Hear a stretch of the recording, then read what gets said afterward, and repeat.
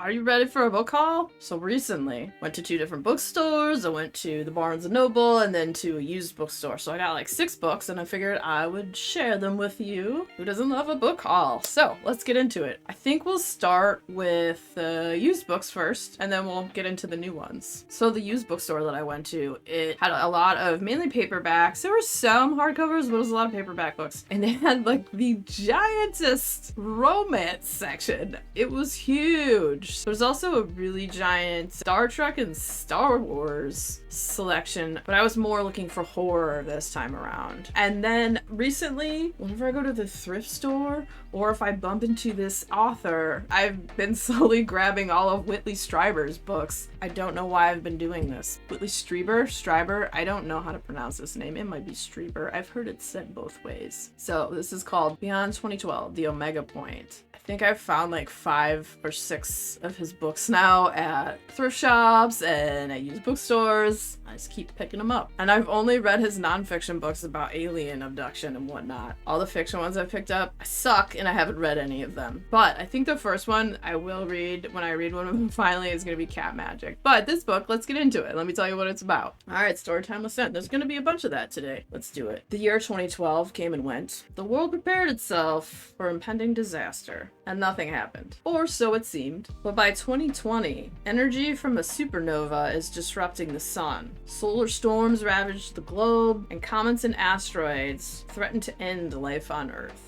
The world's wealthy hide in vast underground bunkers, and even they know that they cannot survive without a miracle. It all comes down to one man, psychiatrist David Ford. Alright, David Ford, let's do it. Who may have the power to save the world. He might. At the luxurious Acton Clinic, Ford encounters people who seem to possess extraordinary knowledge of what's to come. Suspicious. One of them is a beautiful and enigmatic Carolyn Light, who demands more from Ford than he could possibly give. I don't know what she wants.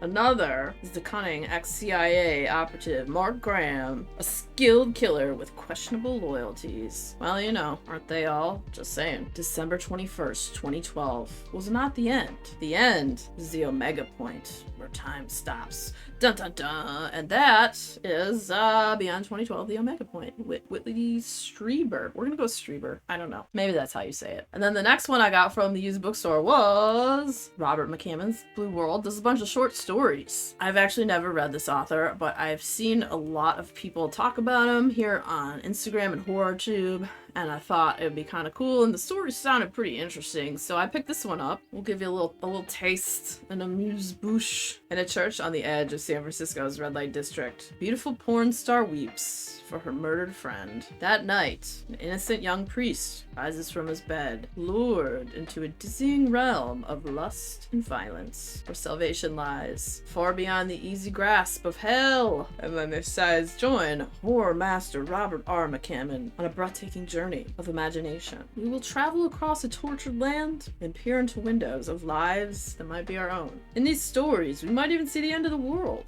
We might sit on a front porch for a while and sip a glass of gasoline on a hot December day. I don't want to be weird. I wouldn't sip on gasoline, but I do like the smell of gasoline and chlorine and fresh cut grass. From the battlefields of a Vietnam veteran's memory to an old-time movie hero's search for a serial killer, from Halloween in a special town where the rules of trick or treat are written in blood, to a Georgia road where a wrong turn leads to a quivering nest of evil. Dun dun dun! Blue World is Robert R. McCammon at his terrifyingly best. Sounds good. I do like short stories quite a bit. I've been getting into them more and more. The last one I read was The Hideous Book of Hidden Horrors, and that one is awesome. It's got so many great authors in it. So the next one I got from the used bookstore, I found this almost mint Ronald MALFI book, Come With Me. I don't know when this was put out, but it looks like freaking new. It's in really good condition. I want to see when this came out, actually. I haven't read anything by Ronald MALFI yet, but I wanted to to for a while, and so I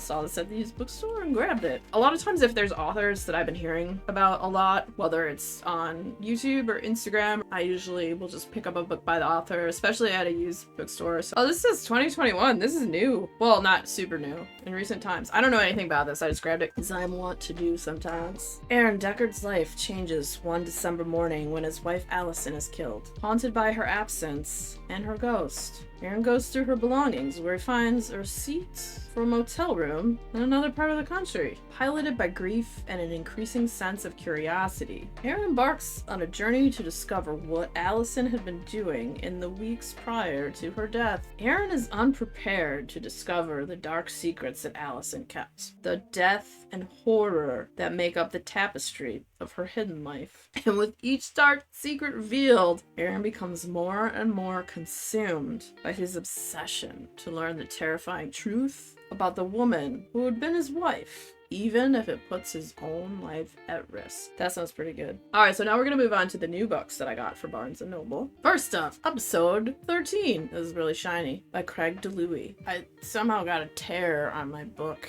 It looks like a little frog.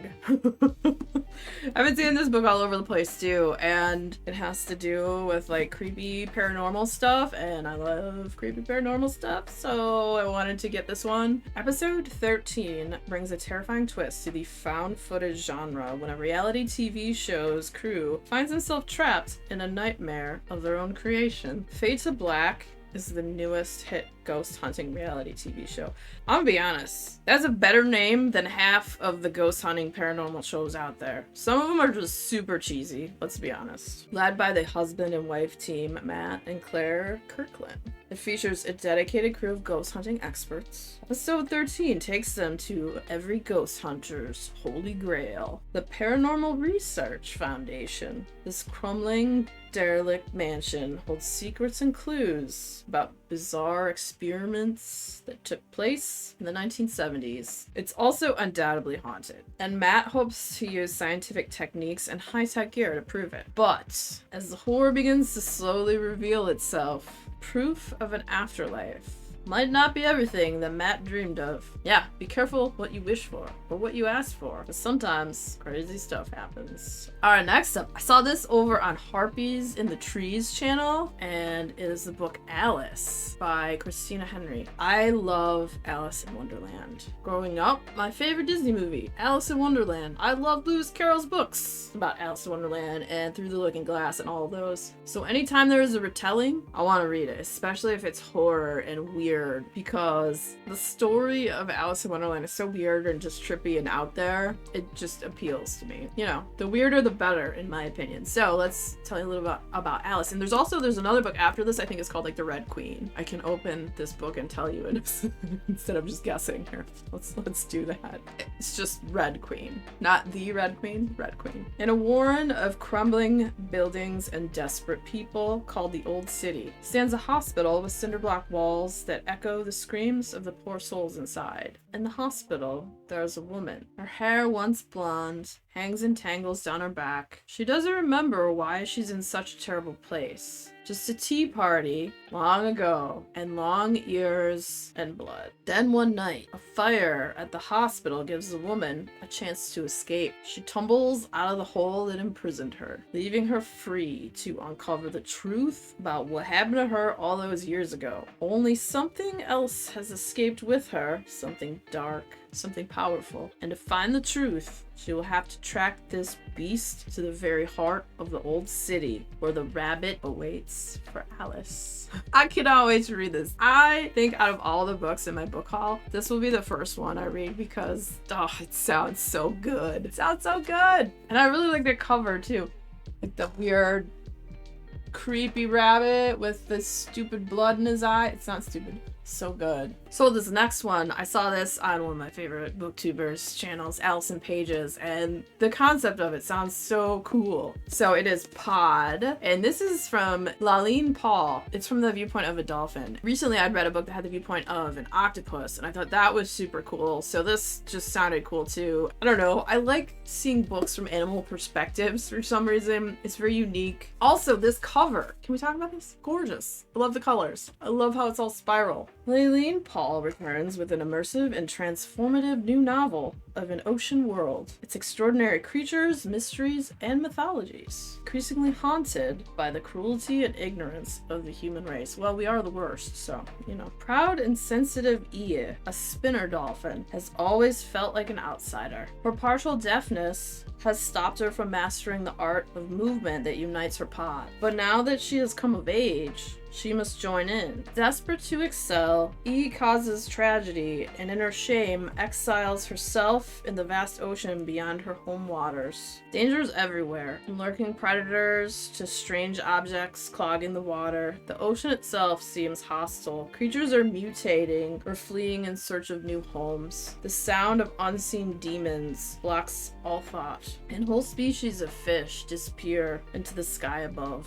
And then, when E is captured by a roving group of bottlenose males, she must learn to survive in a brutal new society. In her riveting, propulsive novel, Lailene Paul explores the true meaning of family, belonging, and sacrifice. The harmony and tragedy of the pod within an ocean that reflects a world all too recognizable as our own. And this sounds like it's gonna make me cry, probably. Pod. If you're a fan of videos where I talk about multiple books that I'm reading, next video coming up will be another one about that, so stick around, check it out. And if you had fun hanging out today, hit that subscribe button and come back, see me again, and we'll talk about more bookish things and weird stuff.